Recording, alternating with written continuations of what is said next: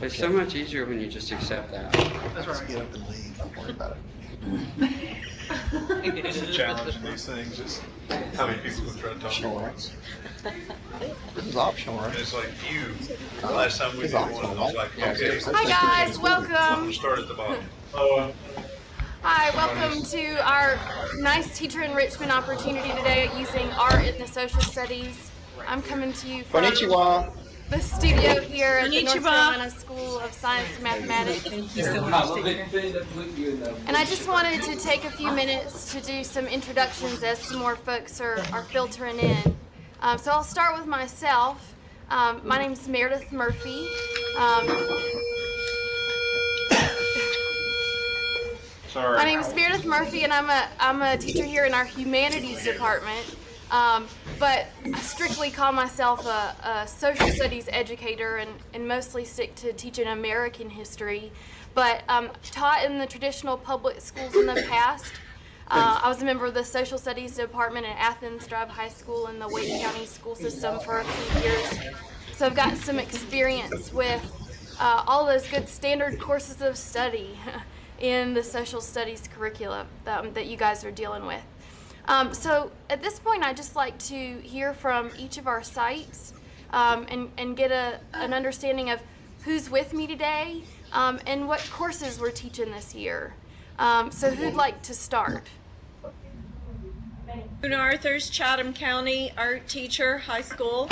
Great. Means Chatham County North Chatham Elementary art teacher. Great. Who else do we have? Rural Home Elementary in Forsyth County, you have Henry Moss, the art teacher, and Linda McGovern, the computer teacher. And that's your mute. Leave anything special? I'm going to run out. Sandy was saying. Hertford County High School, and I teach AP US History. Okay, great. Hey guys, just to let you know that when you're talking amongst yourselves, you can hear it pretty good. So a lot of people are trying to introduce themselves and you can really hear it from other sites. So if you could go on mute unless you need to talk, that would be great. Or if you could just remember that there's other people in the conference. Thank you. And we got West Middle School representing for Montgomery County. Whoop, whoop. Great. Okay, great. Did we miss any of our other sites? Oh, here we go. Do you want to go ahead and introduce yourself?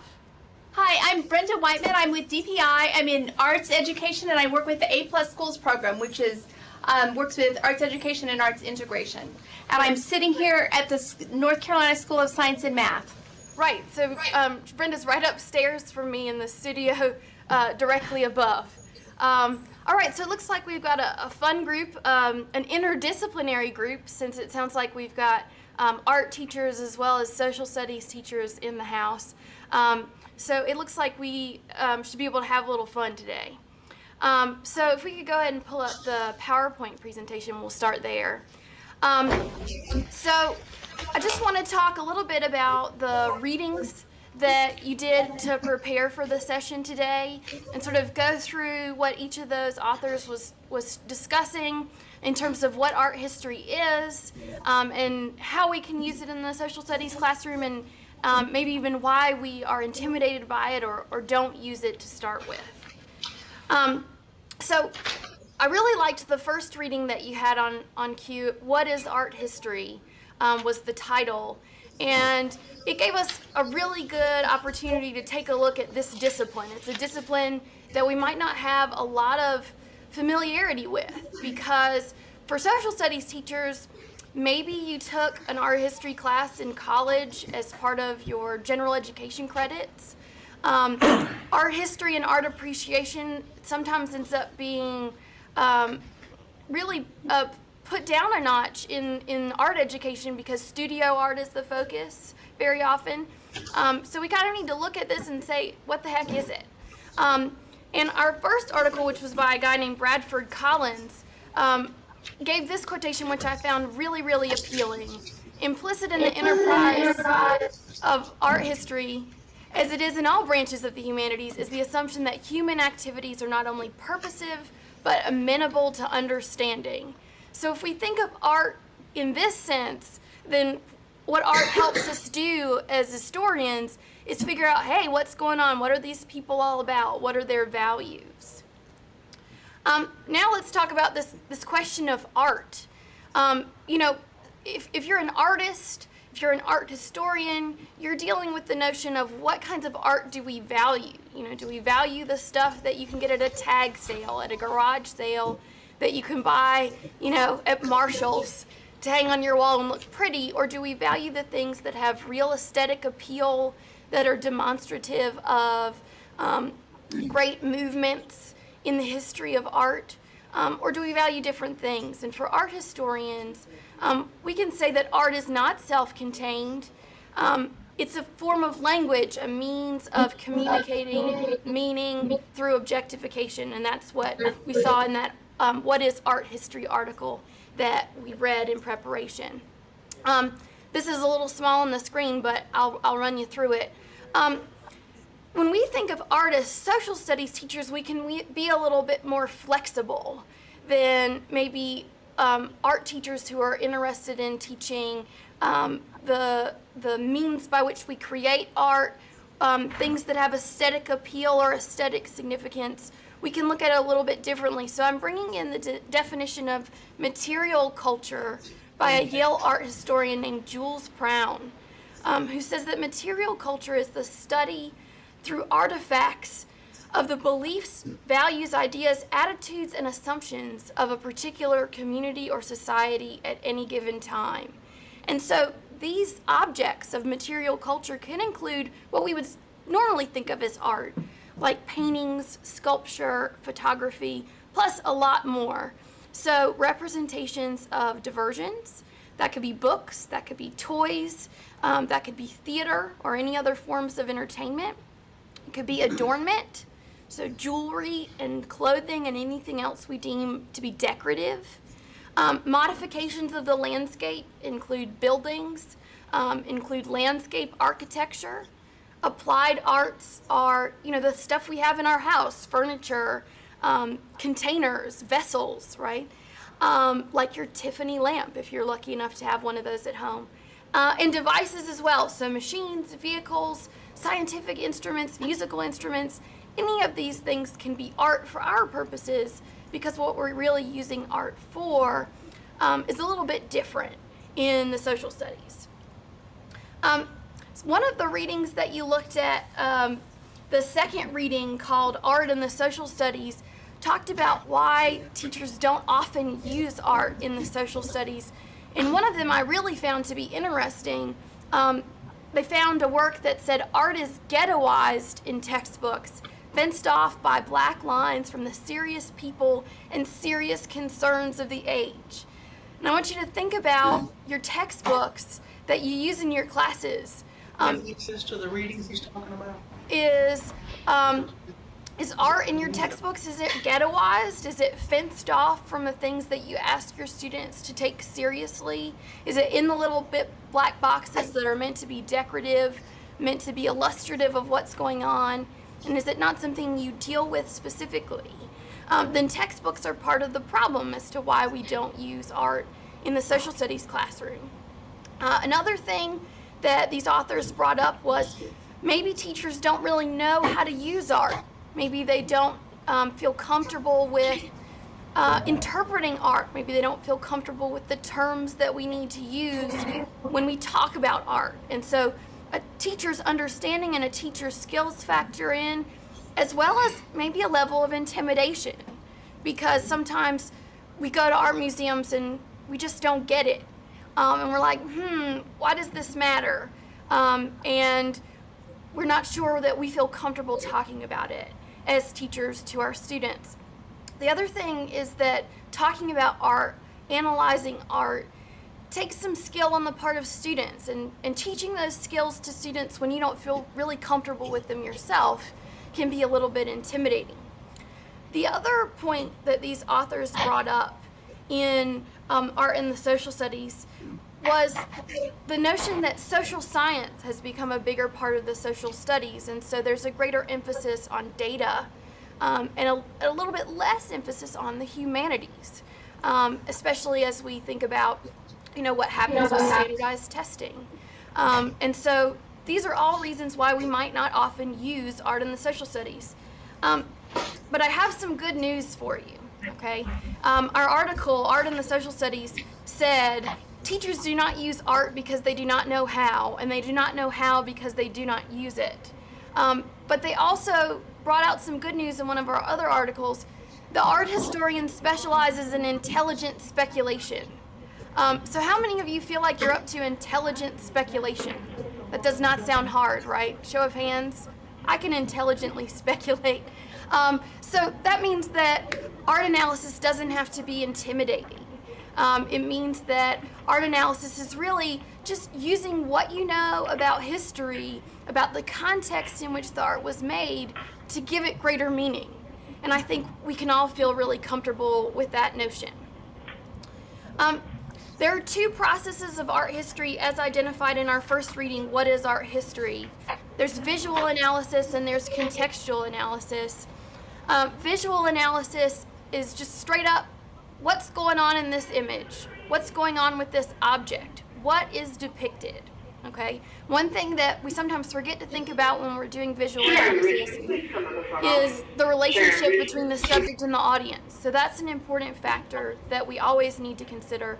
But then the other thing, the part that might be a little bit intimidating, is the style factor. How is it depicted? If we don't have a lot of experience with art analysis, we might not feel comfortable talking about what color means, what line is all about, what shape and texture and scale are all about. And we might not feel comfortable with the artistic terms. So that's something that we'll try to deal with today.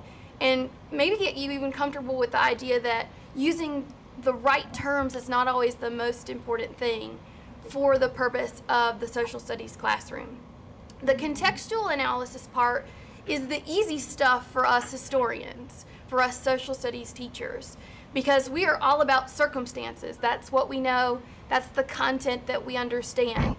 And so we definitely probably understand. Our breakfast is room 3, room 505 at 350 for the leadership meeting. Folks, this is just one more reminder. We're getting these interruptions from each of the sites when they're not talking. If you could mute until you're ready to talk, that would be great. Okay, so contextual analysis is the stuff that social studies teachers really understand because they understand what's going on in the culture in which the art was made. And really the only thing that you need to get up to speed on is going to be the artistic circumstance. So you have to do a little bit of educating yourself. About the artistic circumstances if you don't feel comfortable with what's happening in artistic movements in the Renaissance, or what's happening with the artistic movements in something like the Hudson River Valley School or the Ashcan School in American art.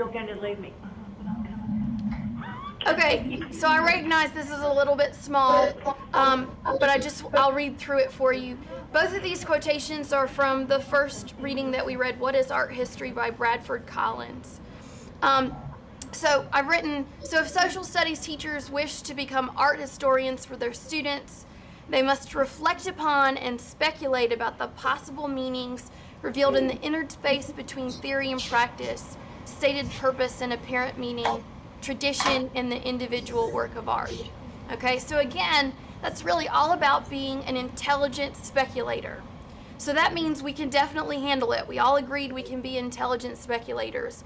So we're going to conquer our fears because what we see depends on what we can see.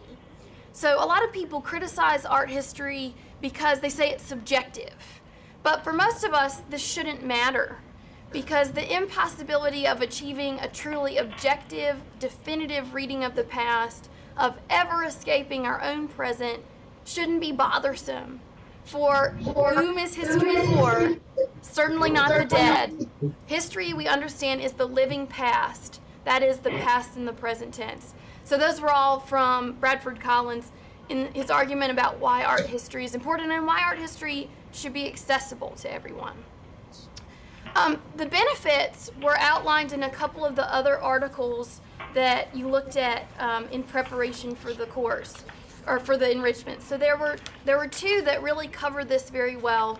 There was creating connections, integrating the visual arts with social studies.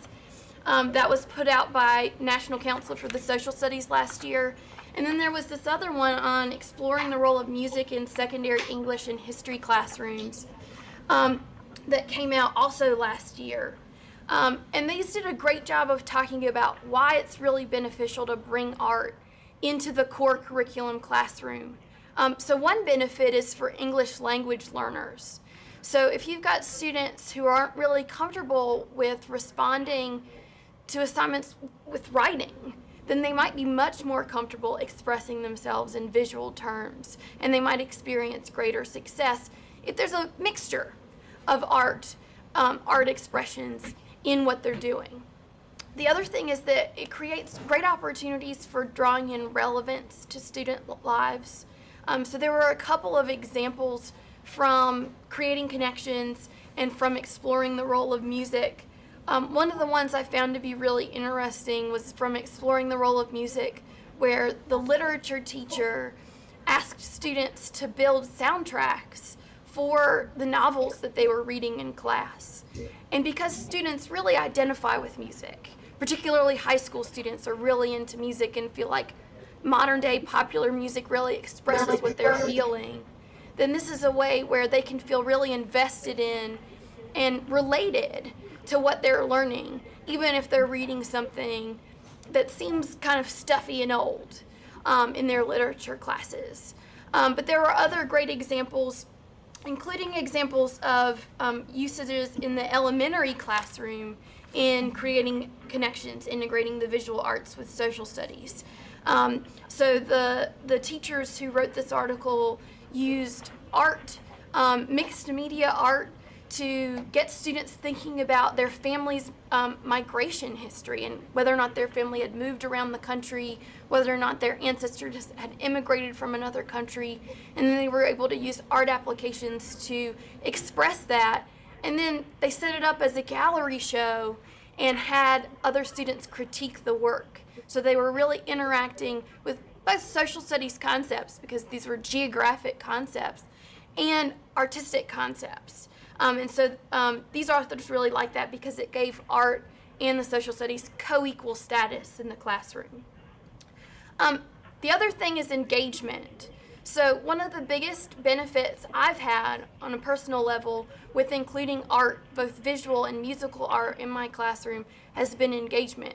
Students are much more excited about seeing something that captures their imagination on the visual plane. They are able to engage with music in a different way, and it just sort of breaks up the monotony of your typical classroom. To bring in even incidental music that's related to what you're talking about in the classroom, to include art and even just briefly discuss it, is a way for them to feel engaged with the culture that they're studying, and to really maybe understand a little bit more about what the aesthetic of the time period was. Finally, the biggest thing that I've experienced is an expanded ability on the part of students to analyze. So a big thing that particularly AP teachers are looking to build in their students are analytical skills. They're trying to analyze primary documents, and how do we get students looking for the details that are important? And art is sometimes more accessible in building that skill because, hey, the symbols are right there in front of you. And they're not necessarily depicted in an archaic way, as they sometimes are in written primary documents. Plus, another document we read as part of the homework talked about these skills as looking skills. And if we think of them that way, then students who practice these skills in the classroom are going to become more observant across the board, and perhaps more media literate as well. So I want to talk about some methodology. Okay, if we look at art historians' methodology, it's really complicated. So Jules Prown, who I brought up earlier, who gave the definition of material culture, has a method of object analysis that is 3 parts. Description, which is observation of the internal evidence of the object. progressing from large to small details. Second part is deduction. So you're deducing what the relationship between the object and its perceiver is. How would the viewer of this object use or interact with it? And then the third part is speculation. We're back to that art historian as an intelligent speculator. How does the object connect to its external evidence and its context? In the practicum of the art historian, this involves actual interaction with the object so that you can touch it, you can feel how heavy it is, you can see its actual scale in life. And it involves complex research techniques. So you have to be able to do hands-on research of the context. And the unfortunate truth is that we can't often do that in a classroom. We don't always have access to objects of art. We don't always have the ability or the time to do research with our students. So I've broken this down, and this is something that I do in my classes on sometimes a daily basis, but very often a weekly basis. A simplified approach to visual analysis for the secondary classroom, and I apologize for how small this is. So this is a 4-step process that is very similar to what Jules Pron says, but breaks it down a little bit. The first leg of this is the blind man, is what I call it to my students. I say, who wants to be the blind man? And in the blind man, students are shown an image or an object. Again, we don't always have the physical object in the classroom. We might just have a slide on the projector or even a transparency. But they are asked to describe it as if they are describing it to a blind man. So they're not allowed to do any interpretation. And you'll find if you do this with your students that it's very difficult for them because they're ready to make assumptions right off the bat about what something is. And we'll see that here in a minute. We're going to go through this process. So they have to just strictly describe what they see in the simplest terms. The next thing is they are allowed to do layers of interpretation. That's what I call the second step.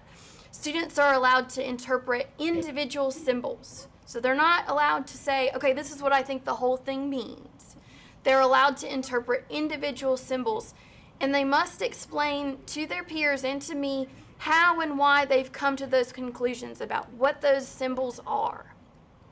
As students are doing these layers of interpretation, I'm adding in context information. So as we all know, art is not always self-explanatory, and sometimes it's helpful to have a little bit of information about who the artist is or what that artist's point of view is or what the artistic style is in order to fully understand its meaning. And so I just try to prepare in advance whenever I'm going to show an image with whatever context information might be useful, and I insert it in as needed to help get the students to where they need to be.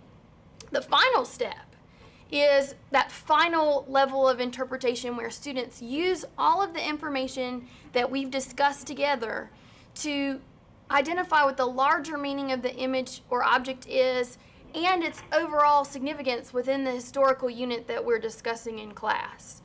So this methodology of the blind man, layers of interpretation, context, and then final interpretation has a couple of really big benefits. One is that you get students not only thinking about the art, but you get them thinking about why they think the art means a certain thing. So you stop them from making snap interpretations and you force them to really think through their decision-making and analytical processes. And they have to be able to clearly explain those processes. And you'll see later, we'll talk about some forms of assessment for these kinds of activities, that this really extrapolates out to improved writing abilities because they're asked to orally communicate what they're thinking, and that makes them better able to communicate those things on the page. Any questions so far? We're going to move on here in a moment to some actual artwork so you can see this process at work. Anybody got any questions? Okay. So let me think about what kind of art we want to pull up. Can we pull up Paul Revere, Jeff? Mm-hmm. Paul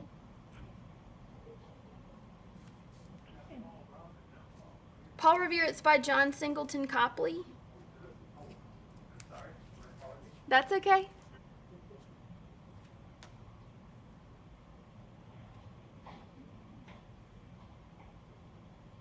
We'll just wait for the image here. All right, great. So what you got here is a portrait of Paul Revere. And that's pretty much all I would give the students. Sometimes I wouldn't even give them the title of the work because it's a little bit prohibitive to them making the discoveries on their own. So do I have a volunteer who's willing to be my viewer for the blind man who would like to describe what they see in the simplest terms with no interpretation? Anybody willing to volunteer?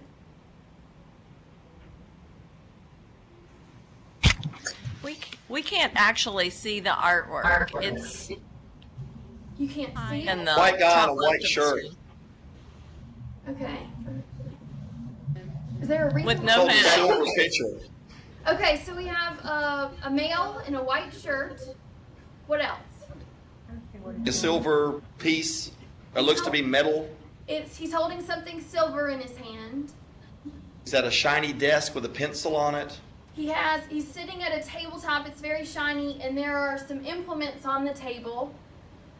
He's got a black vest. He's in a black vest. He appears to be wearing period clothing from an earlier time in the United States. Okay. See anything else? Got something in his hand. Okay, he's got the teapot in his hand, a silver teapot. Let's talk about individual symbols now. So we've done a really excellent job of the blind man in this case. This one's one of the easier ones. How can we interpret the individual symbols at this point?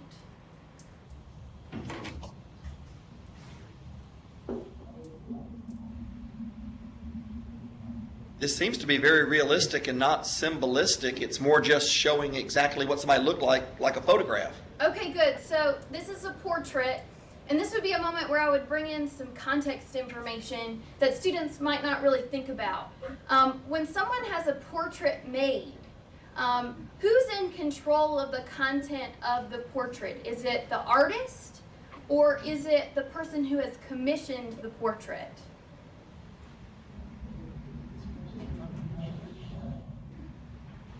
Very often with portraiture, it's the person who's commissioned the portrait. So they want to be portrayed in a certain way. They want to communicate something about themselves to the future viewers of this portrait. So if we think of this way, what would Paul Revere be trying to communicate about himself? That he's a patriot and he's skilled at his craft as well. Okay, so his craft is a really important part of his identity. So Paul Revere was a silversmith, and he's made clear to the audience that he is proud of his work because he has chosen to depict his work in this portrait. So he holds a teapot, and you can see on the tabletop the tools of a silversmith. And he seems to have just sort of stopped in his work. The teapot is on the pillow that keeps it from being scratched as he's working. He's got the tools of engraving that he would use to decorate the teapot. What about his style of dress? Now, we've already said it's suggestive of period clothing, but when you think of portraiture, this is how somebody wants to be portrayed. What does his style of dress suggest about him? Work clothes.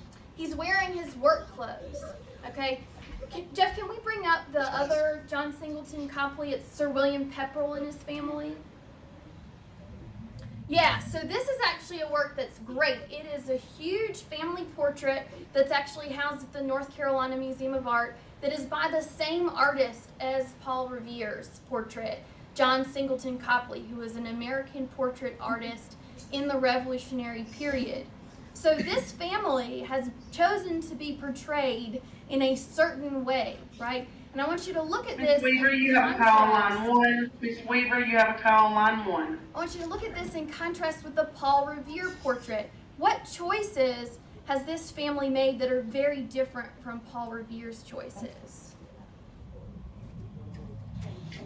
Well, if that's their work clothes, they have a different job. Right. They're in very formal dress. And there's a big emphasis on the textures of those dresses. So you can really see like sort of the taffeta of her gown, the feathers in the mother's hair, the very formal suiting of Sir William Pepperell, the patriarch of this family. It might be difficult for you to see, but this is his male child, while these are his female children. And it's quite clear that the male child is the center of his universe. Okay, what's the setting of the image as well? It's like it has a Greek column in the background. There's a Greek column. There's some really fancy drapery back here. Right. And then what's back here? It's kind of like a pastoral scene. It's not really representative of reality, right? Who has like a Greek column with drapery hanging out in the middle of the woods?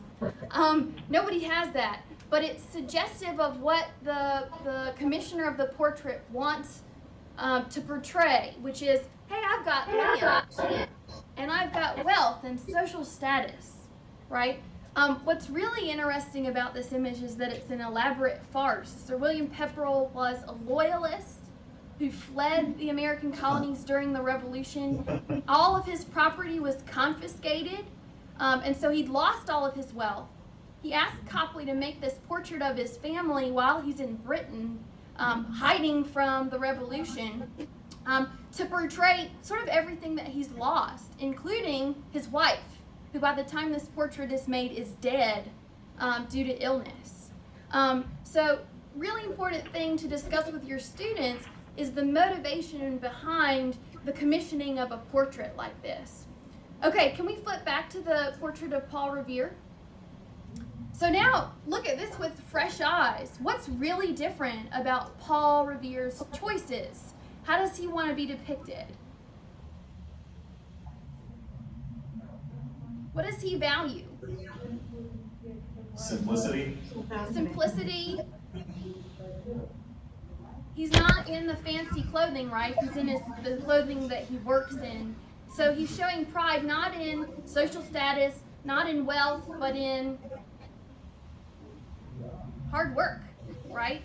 So the expression of perhaps a new American value, a value of hard work to gain respect in society rather than aristocratic hierarchy, rather than your bloodline, who your dad is, or how much money you have. It's, hey, do I make great contributions to society, and do I work hard to do that?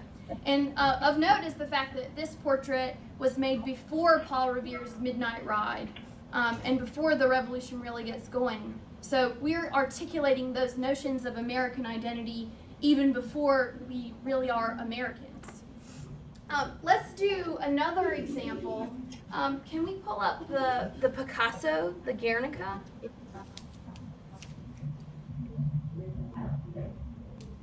Great. Okay, so this is Pablo Picasso. The title is Guernica.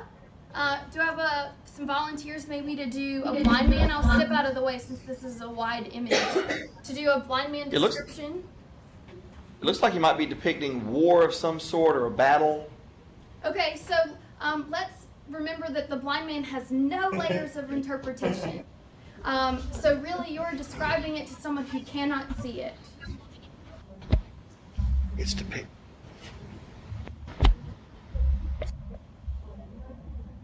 This one's a little bit hard to see because we know that it's a little bit more abstract.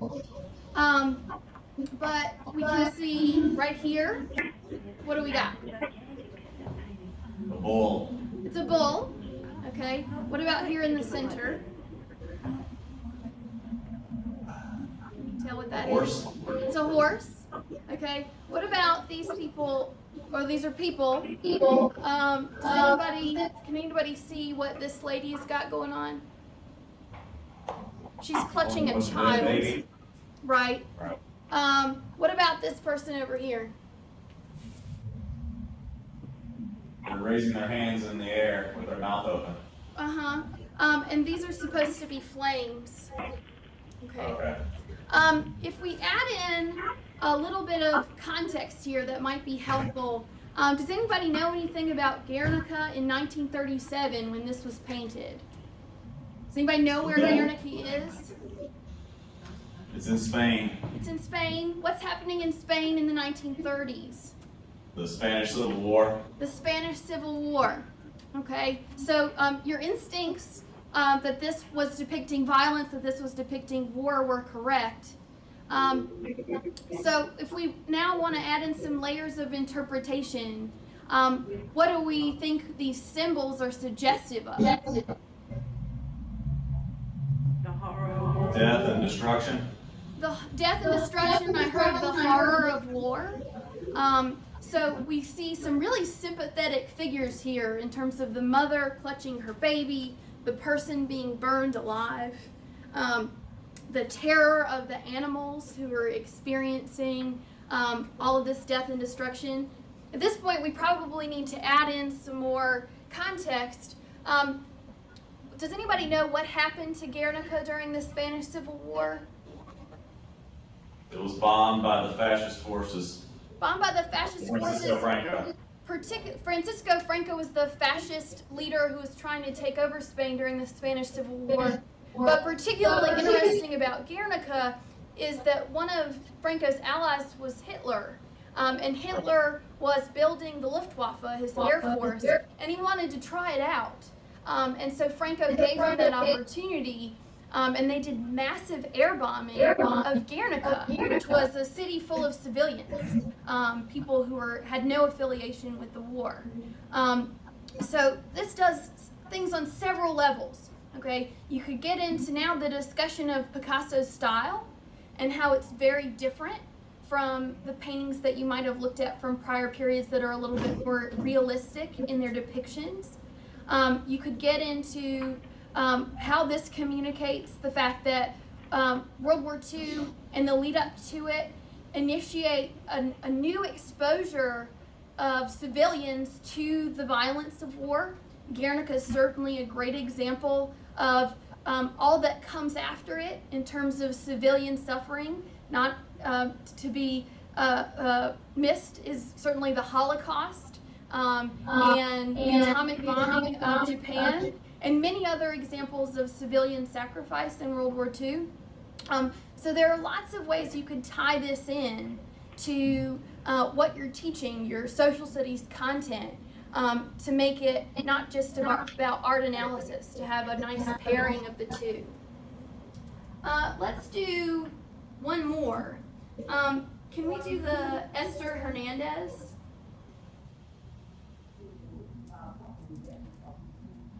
All right, this one's really interesting.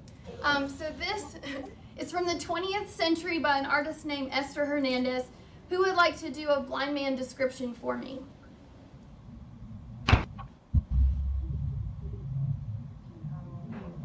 Skeleton.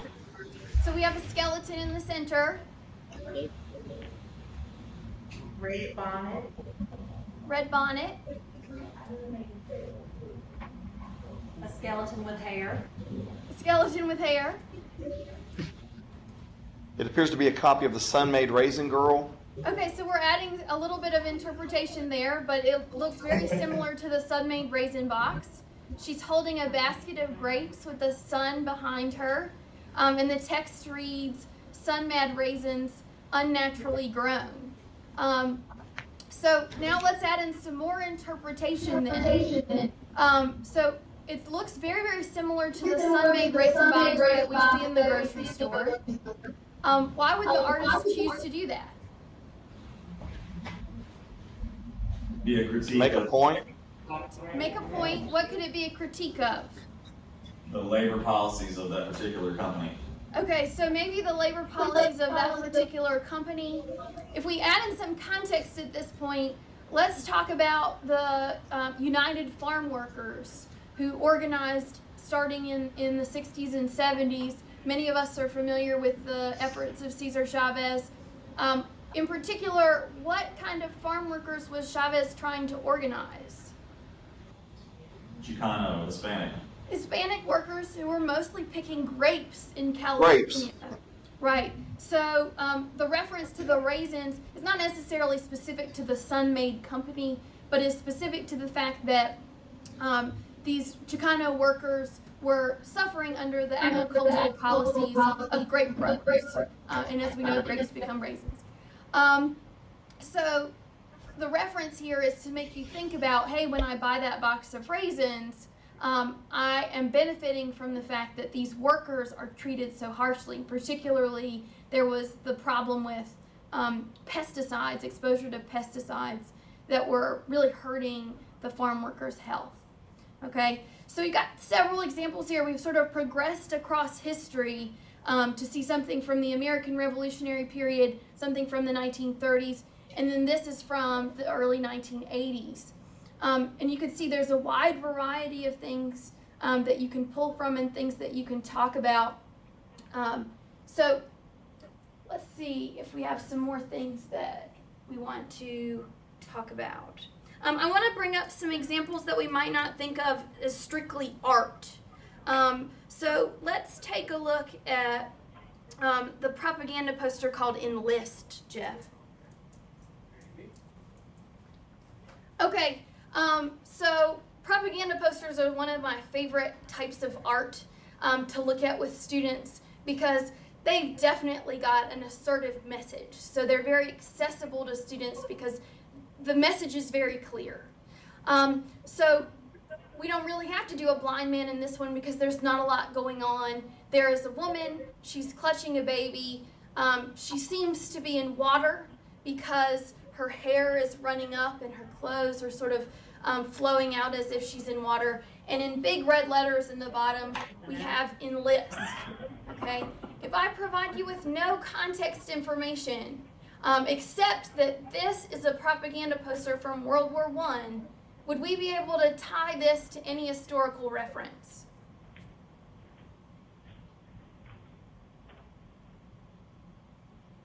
What do we know about some of the causes of World War I?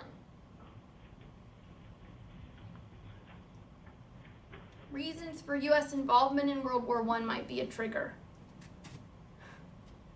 Does the Lusitania ring any bells?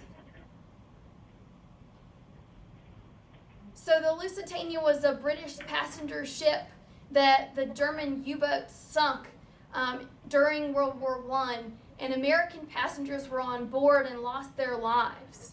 And so to a viewer of this propaganda poster during World War I, this would have been an instantly recognizable reference to the sinking of the Lusitania and the American lives lost from, according to them, the brutality of the Germans because they were willing to hurt civilians in order to further their efforts in war. Okay, let's look at another propaganda poster just so maybe this one will be a little bit easier to work with. We've got two called Food Will Win the War. Can we look at the English one first? Right there, that's the right one. Yep, that's the right one. Okay, so this is another propaganda poster from World War I, and I'll read the text for you. It says, "Food will win the war. You came here seeking freedom. You must now help to preserve it. Wheat is needed for the Allies waste nothing." Okay, so this is obviously a message related to saving food for the war effort. But I want to look at the image itself now. We don't necessarily have to do a blind man here, but who can pick out some of the important symbols for me?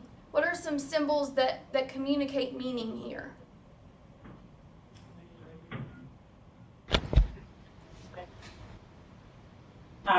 Rainbow? We have a rainbow here in the back. Can anybody tell what colors the rainbow is made of? Red, yellow, and blue? It's red, white, and blue, actually. It's a red, white, and blue rainbow. So that's not at all subtle. What else? What do we have back here? Lady Liberty. The Statue of Liberty. And who are the people over here? What kinds of people are they? Immigrants. Right, they're immigrants. So we've got folks who look like they've sort of just gotten off the boat. And our message gets even more clear if we switch to the other version of this. Yeah, so you can see this is the same image with the text in Yiddish. Okay, so for students, this would be a great opportunity to talk about how the images targeted immigrants, in this case Jewish immigrants, to understand why they should support the war effort in a country that was new to them. And it used very American symbols like the red, white, and blue rainbow, like the Statue of Liberty, and all those sorts of things. Okay, but did it in a way that they would understand, that they could relate to, because they'd come here seeking freedom, and we need to support that same freedom in our war effort. So propaganda posters are a great thing. Another great thing is any kind of print journalism. So let's look at the yellow kid that's labeled The World. All right, so here is an example of McFadden's Flats. This is a sort of a comic strip cartoon from the world right at the turn of the century. This was a comic strip drawn by an artist named Childe, but from about 1895 to 1902. How many of you are familiar with the yellow kid? He's this little guy right here. What's his direct connection to American history? He's the reason we have yellow journalism. Yellow journalism was the sensational press that helped start sort of an age of imperialism in American foreign policy, with events that include things like the Spanish-American War. And that term for yellow journalism comes from the fact that the yellow kid was depicted in both Hearst and Pulitzer's newspapers, and they were known for that style of sensational journalism. So comics are a great thing to analyze. Political cartoons are probably another art form that are very often used in the social studies classroom. Let's look at the Saturday Evening Post cover. So this is a great piece that I use every year in my American history courses. This is a double cover from the Saturday Evening Post in the late 1950s that depicts two women. Okay, so what kind of woman have we got depicted over here?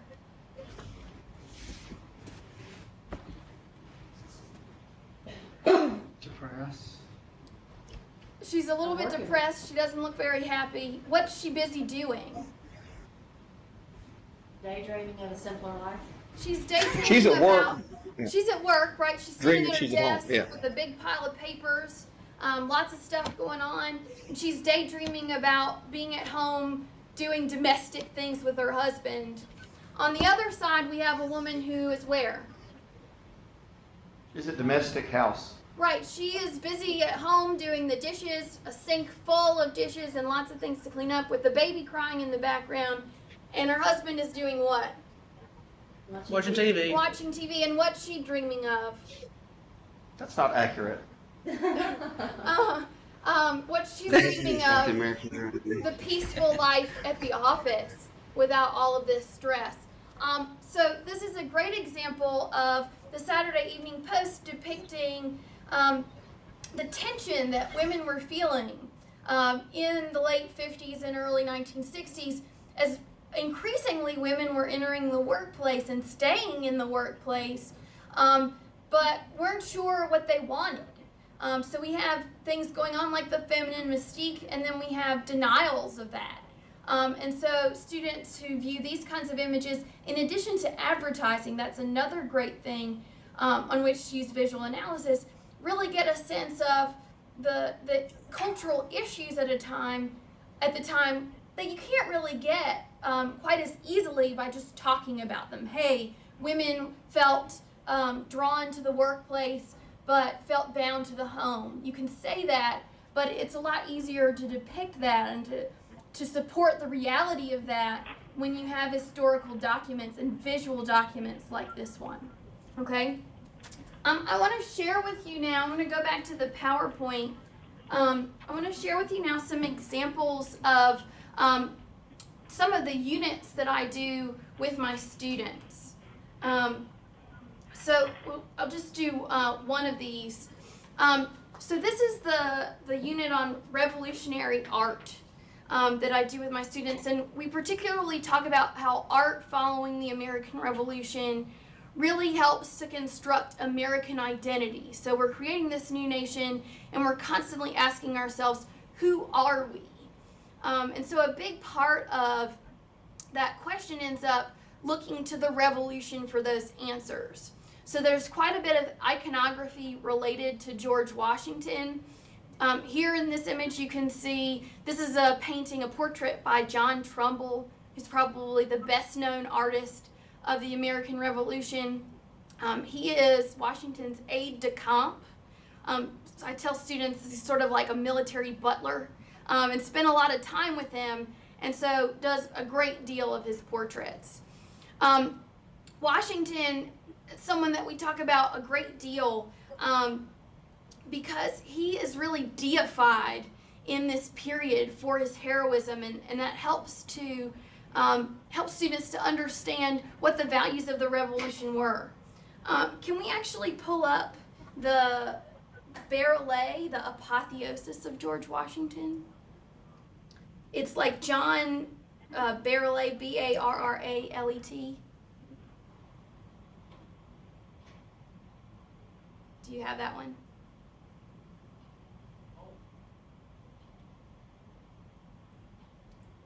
That's a Trumbull.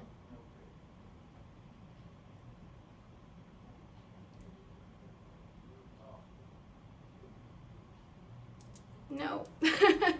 Everybody's named John. Okay, I'll pull it up.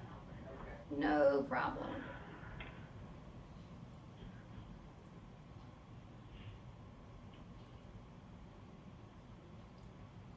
Ooh, that's kind of dark. Oh, great. All right, perfect. Okay, so this is actually called the apotheosis of George Washington. It's a great example of how George Washington was deified. George Washington died in December 1799, just as the century was coming to a close, and this is painted in 1802. Can anybody see what's happening to George Washington?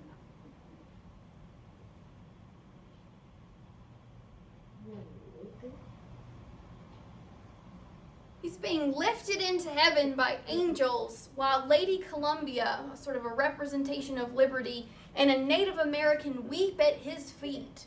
Okay, so we really see how Americans celebrated him not only as a founding father, but someone who represented the divine destiny of the nation. And he's going to be called upon again and again by the political leaders of the United States as representative of American values. Well, what values did he represent? Can we pull up the Jean-Antoine Houdon?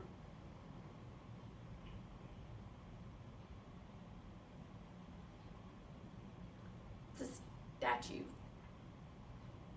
There's 3 of them that are labeled 1, 2, and 3. Can we pull up the first one?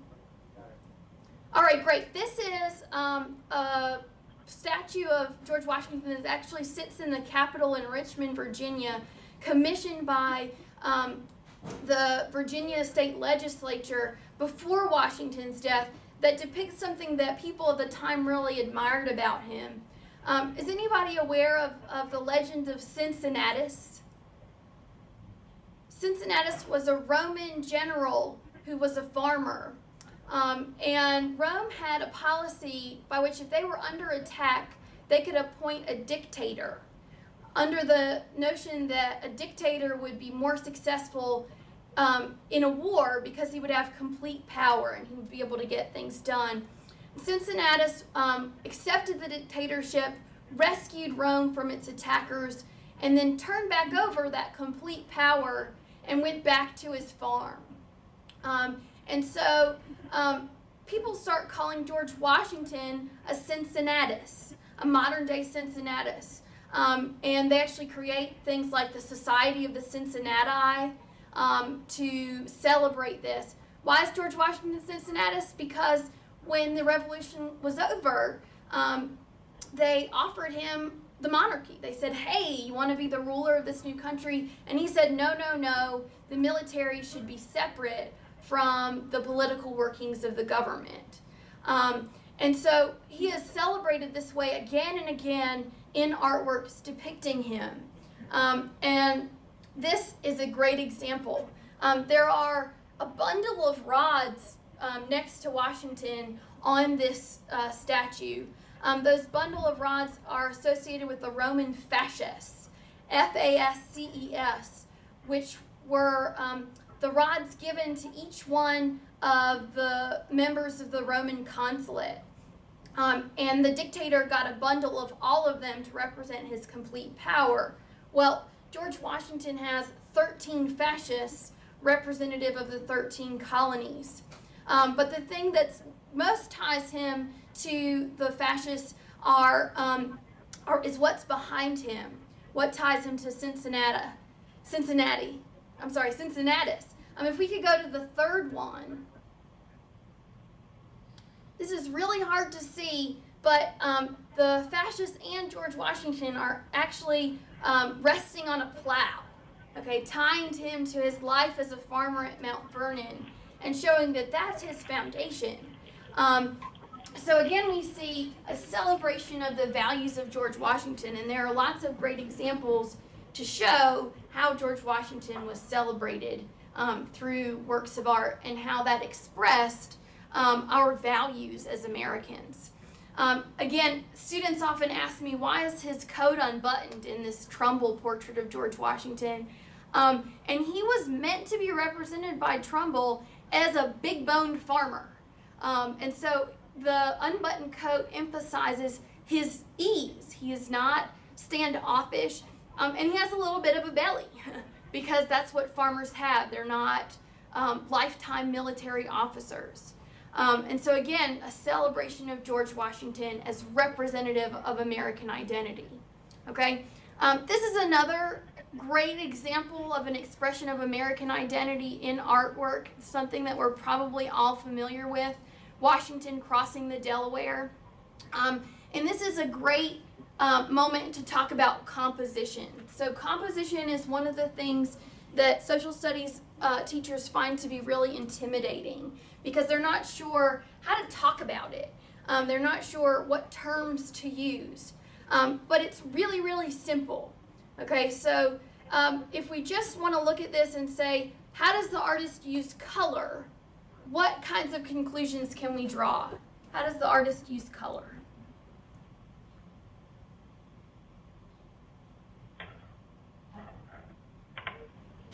It's muted. Kind of dreary. Okay, it's muted and it's kind of dreary. We know that Washington crossed the Delaware for a surprise attack on Trenton on Christmas night. So he's really sort of heading into the dawn. So there is light in this image. What is this image? What is the light in the image focused on? Washington is the center of Right, the light. Washington is here at the center with sort of the light all behind him. And the Americans who are crossing the Delaware River headed for the British at Trenton, they were actually Hessian mercenaries, are sort of bringing the light with them. Okay? What else do you notice about the colors in the image, the color choices? What do we have here? A rainbow? This is an American flag right here. Right, yeah, wrong thing. Sorry. Okay, that's fine.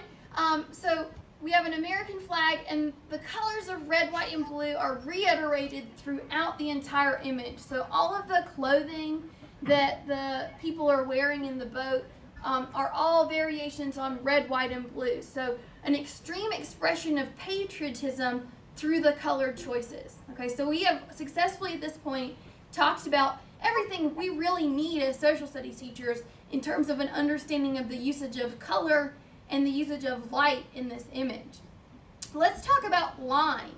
Line can be a little bit intimidating as a social studies teacher, but this image really makes it accessible. What kinds of lines has the artist used and for what purpose, do you think?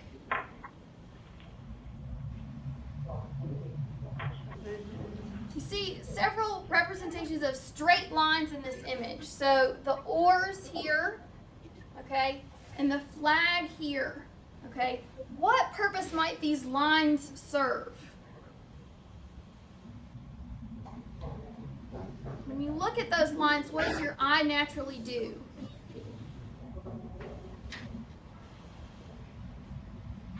Your eye sort of seems to be drawn to where? George Washington, right? So George Washington is sort of at the top of this triangle, George Washington's face, and then this triangle over here, what's the focus of it? The American flag, right? So the lines in this image serve to draw your attention to what the artist deems to be the most important things. And what do you notice about the flag? How is it a little bit different from Washington?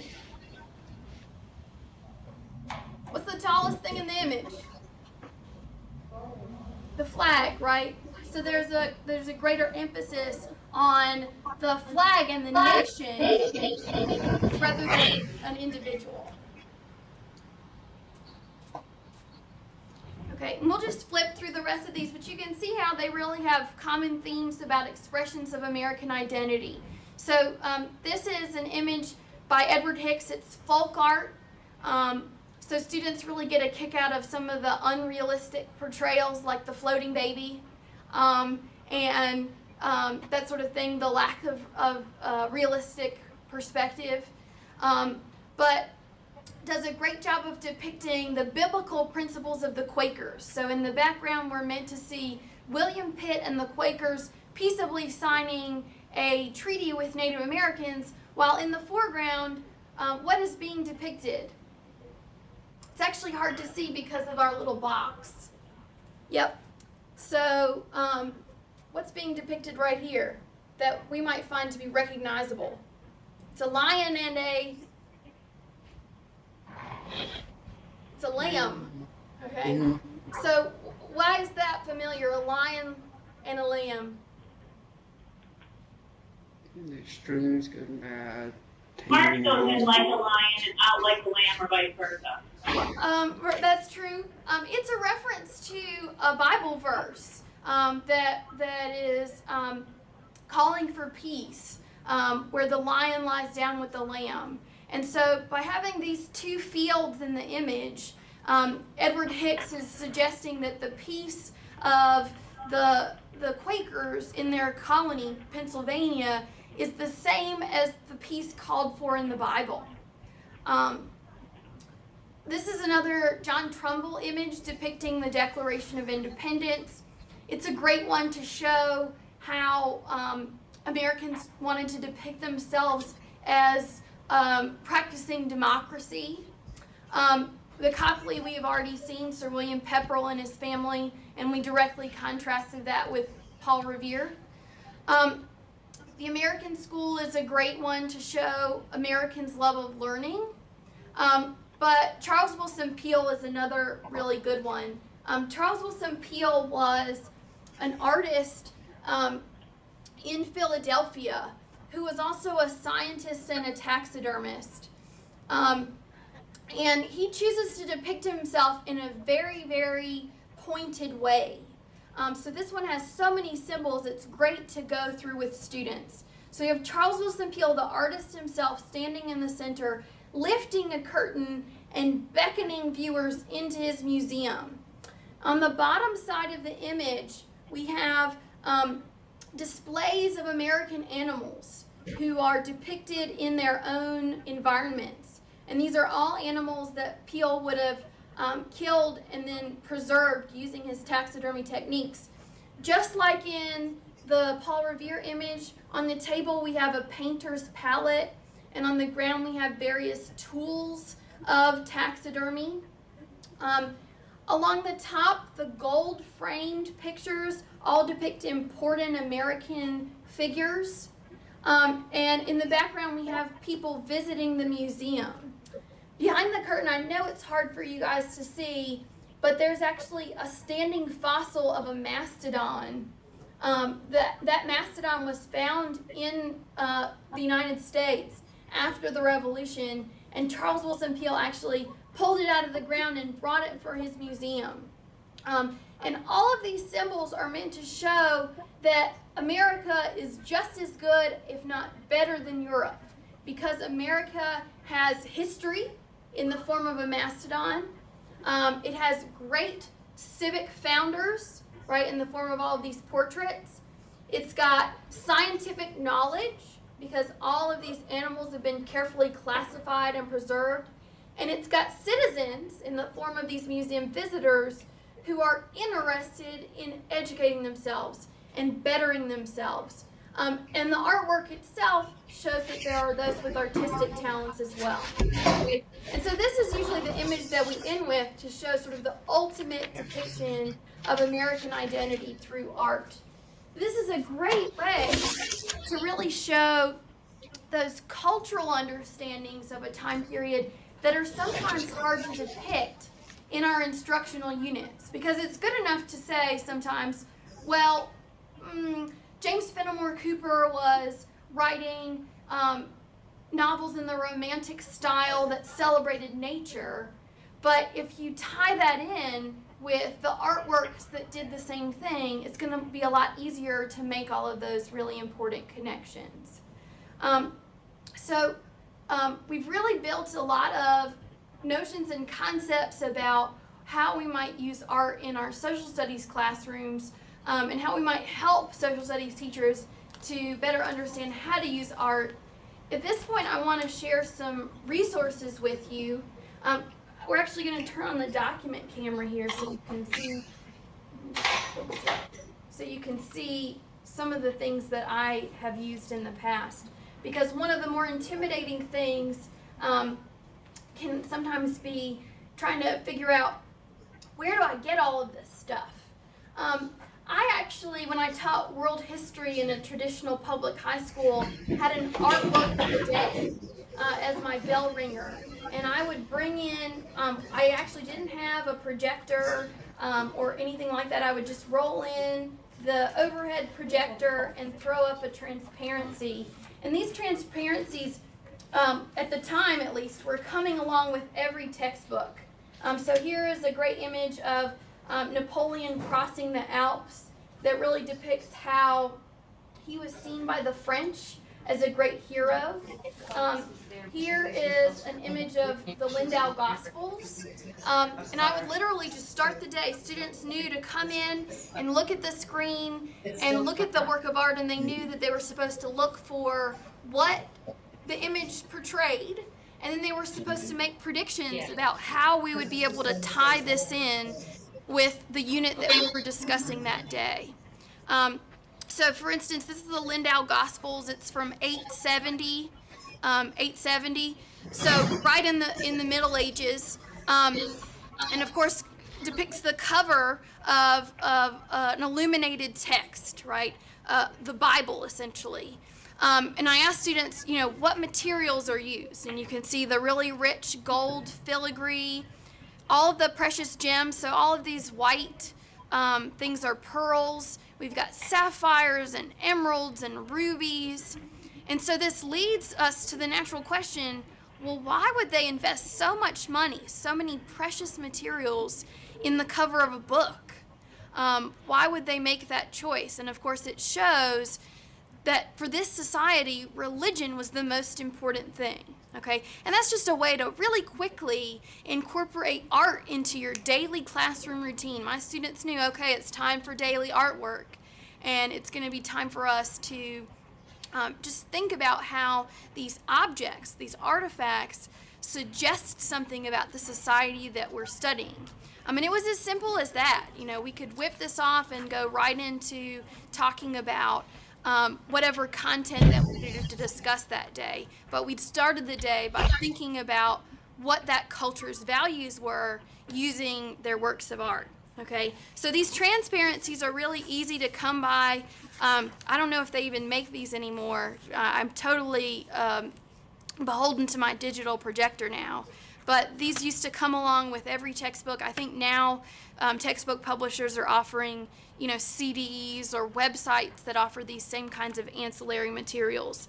There are other great things out there in print form So this is a book that I use very often, American Visions, The Epic History of Art in America. It's by Robert Hughes.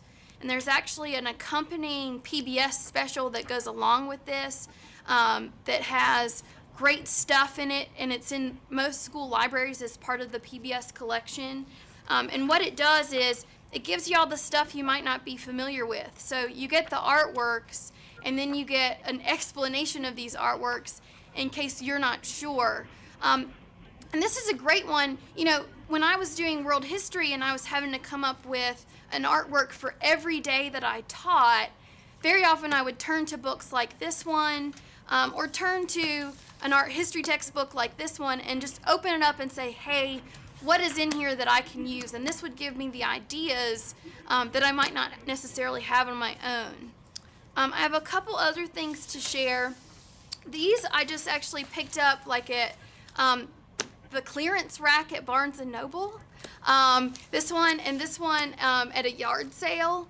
And again, these are just ways to get ideas. You know, if you're headed toward a unit on World War II, and you know everybody's familiar with Rosie the Riveter, but if you wanted to mix in something different, it's really easy to flip in here and find something that's going to be of interest to your students that they're going to be able to interpret. So this one would be great. I've used it before to talk about women's roles in wartime industries. And this one's another great one. Are you a girl with a star-spangled heart? Join the WAC now.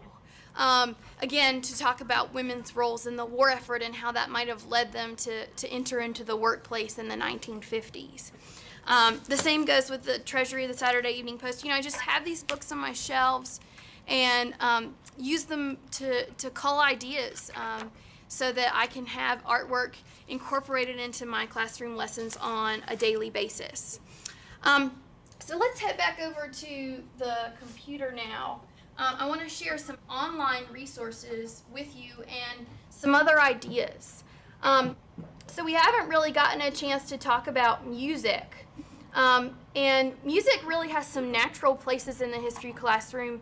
One of the units that I use it most often in is the 1960s, because one of the ways that the people in the 60s expressed themselves was through music. So very often it's pretty easy to pull up lyrics and even the audio recordings of the music and sometimes videos. So I'm going to share this video with you that's really expressive of the sentiment of the anti-war movement in the 1960s.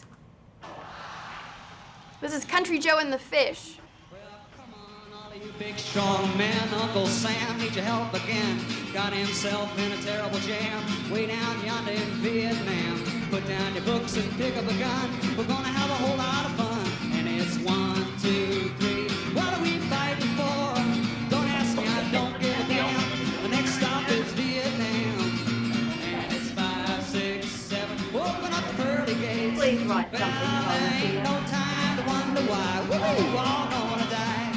Now come on, Wall Street, don't be slow. Ah, man, this is war, a go-go. There's plenty good money to be made. Supplying the army with the tools of the trade. Just hope and pray that if they drop the bomb, we're dropping on a beat it come. And it's 1, 2, 3. What are we fighting for? Don't ask me, I don't give a damn. The next stop is Vietnam. And it's 5, 6, 7. Open up the pearly gates. Well, ain't no time to wonder why. We're all gonna die. Now come on, generals, let's move fast. Your big chance is here at last. Now you can go out and get those reds, cause the only good commie is one that's dead. And know that peace can only be one when the blowing while the kingdom comes. Sing it! 1, 2, 3. What are we fighting for? Don't ask me, I don't give a damn. Louder! Vietnam. And it's 5, 6, 7. Open up the pearly gates. Well, I ain't no time to wonder why. We're all gonna die. Listen, people, I don't know how you expect to ever stop the war if you can't sing any better than that. There's about 300,000 of you fuckers out there. I want you to start singing. Come on. And it's 1, 2, 3. What are we fighting for? Don't ask me, I don't give a damn. The next stop is Vietnam. And it's 5, 6, 7. Open up the pearly gates. Well, I ain't no time.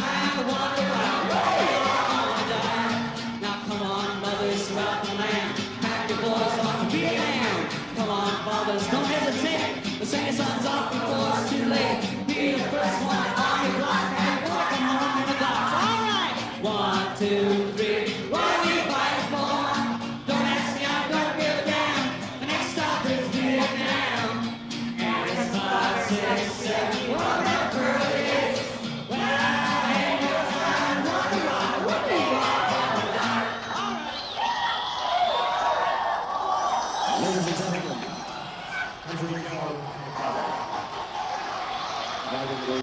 Okay, so I would definitely accompany that with an intensive look at the lyrics, and to give students a sense of the kinds of artistic choices that are being made in that song, and what argument they're articulating, so that they don't hone in on, you know, the swear words and things like that as the most interesting topic, but rather the overall message, and perhaps the ironic tone to the entire song. So music is a really natural way to include art in the social studies classroom. I promised that I would bring in how this cultivates writing skills.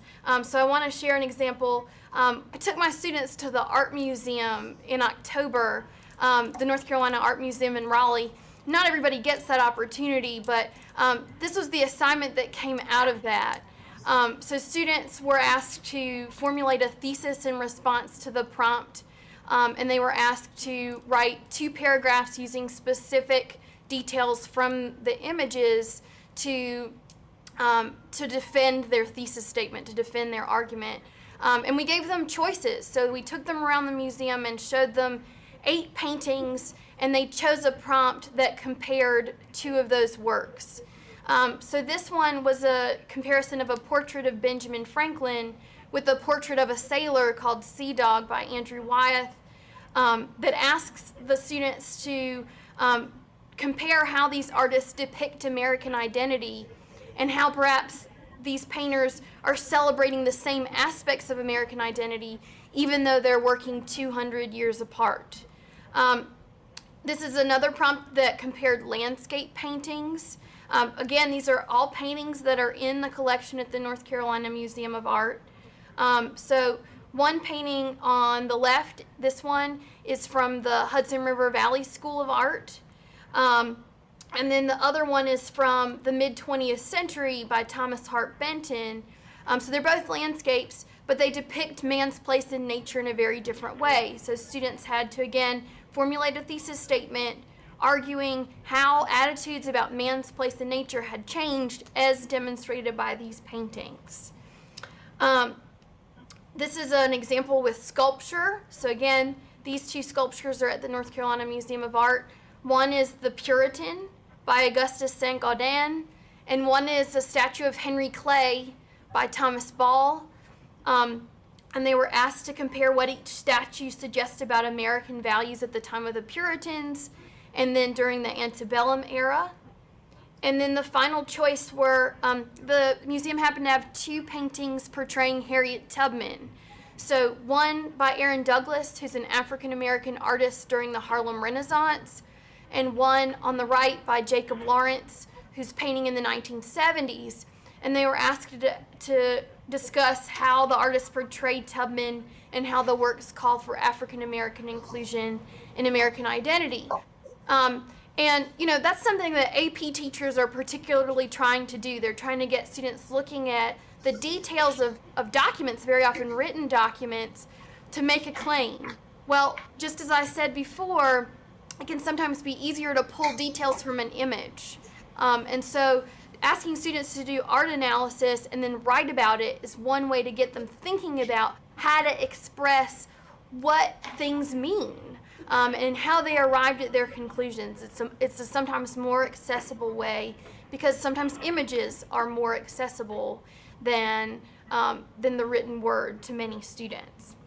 Last thing I want to share with you is your homework assignment. If you are participating with us and you would like to get the 1/2 CEU credit that we're offering for this, then there are 2 more steps in this process. You did some homework in preparation for the seminar. You've participated in the seminar today. Now we've got one more homework assignment. And then we're going to meet again on November 10th from 3:30 to 5, and you're going to share what you've done. So this homework assignment has some great web resources attached to it to help you move forward with incorporating art in your classrooms. So for those of you who are art teachers, you might think about how you could incorporate social studies into your classrooms, I guess. But the homework assignment is going to entail you using what we've talked about today to create some aspect of a lesson that uses art in your classroom. So it doesn't have to be a 90-minute block schedule class. It can be a bell ringer activity. It can be the first 10 minutes where you're getting students talking about art in an historical context. So you're going to use resources you have in hand, like your textbooks, your ancillary materials, or the web resources I'm providing to create a new lesson using art and/or music. You could do one or the other or both. You're going to put the lesson plan into action with your class sometime between now and November 10th. You're going to send me via email your lesson plan and any digital resources like images so that I will be able to share them with everybody during our second session on November 10th. And you're going to reflect on the successes or failures of that experience to share with everybody else during our second session on November 10th at 3:30. So I'm just going to zoom in on some of these resources so you can see what they're like. Your fifth reading was a portion of the Picturing America's Teacher's Guide. So Picturing America was a project by the National Endowment for the Humanities that got history teachers thinking about how they could use art in their classrooms. And you got to see sort of just an overview of some different options. This whole Picturing America Teachers Resource Book has just tons of American artworks that you can use. And then it has really great ideas about activities so that you could use as well. Let me find an accessible page in here. So here you can see this is a Tiffany stained glass window, and it has a whole description of the context of the image and the content of the image. And then it goes through and it has teaching activities, and they're color-coded so you know if they're appropriate for elementary, middle, or secondary levels. They've got describe and analyze assignments. They've got interpret assignments. They've got historical connections. And these run the gamut of American art. Here's a Mary Cassatt. So this is a great resource really to get your juices flowing about what ideas you can use. And this is 130 pages, so it'll really take a chunk out of your printing budget if you try to print it all out. But it's a digital file, and I'll have Carol send the link out to everybody so that you have access to it. So that's one of the resources that is accessible via the web. Another great one is the White House Historical Association. So the White House Historical Association has a complete archive of all of the works owned by the White House. And most of those are American. So you can browse by title, artist, category. You can search for specific works. So this is a great resource just, again, to get your juices flowing. Another great one is, this one is if you're doing world history, it's a great resource. Let's see. That has thematic global art. So they've got things related to religion, it's got things related to ceremony, to death, it's got portraiture, that would all be applicable if you are teaching a course oriented more toward world history instead of American history. Let's see, Smart History just merged with Khan Academy. If any of you are familiar with Khan Academy, that's the web videos on any given subject. This Smart History bills itself as an online, free, non-for-profit art history textbook. So it has all of the works of art plus the context and stylistic information that you need to know, and it's organized with this handy-dandy timeline that could really help you plan for a lesson. Only a couple more resources here to go. Many of you are familiar with American Memory. If you're an American history teacher, this is a great resource. The Library of Congress has the American Memory Project, which is an online database of all of their digitized American history primary documents. So it has both written documents as well as visual ones that include film, which is also an art form that you could certainly explore with your students. The last one is really great since it's got a great North Carolina connection. This is Art NC, and Art NC is an operation of the North Carolina Museum of Art that is an educator's resource for all teachers in North Carolina, and it allows you to search for lesson ideas based on region, grade, and subject. So this might be a great resource for those non-social studies teachers out there because this applies art across all of the disciplines. And gives you lots and lots of different teaching ideas, including assignments. Okay, so let me just reiterate one more time. If you're participating with us on the 10th, then you'll need to work on this homework assignment, which entails using what you've got on hand, plus these web resources, plus what we've talked about today, to plan something new for your classes. Again, it doesn't have to be 90 minutes. It can be 10 minutes, 15 minutes, 30 minutes of interaction with art and art historical analysis. Put your plan into action sometime between now and next Thursday, November 10th. Email me your lesson plan, your digital files that go with that so that I'll be able to share that on the screen with everybody else. And come on November 10th prepared to reflect on how it went. You know, were there successes? Were there failures? How did your students react? Did they seem more engaged? Did they just not get it? And we're going to go through what everybody's done. Maybe we can borrow ideas from each other and maybe figure out how to make it go better next time if it doesn't go very well. Carol has asked me to remind you that if you're looking to get CEU credit for this, you need to log in Maestro and put in your name and address and email information so that she'll be able to send you the CEU credit when you're done. I'll also have Carol email the homework assignment out to everyone with the links to the web resources so that everybody has access to those great tools. Does anybody have any questions for me? We've got about 3 minutes left in our session. Any questions? Okay, great. Well, it was a pleasure to spend this time with you, and I hope to see at least a few of you back on November 10th so that we can go through how you feel about integrating art into your classroom, how your experiment with art in the social studies worked out. So we'll be signing off now, and we'll see you back on November 10th. Thanks, we enjoyed it. Thank you. Thank you. Thanks.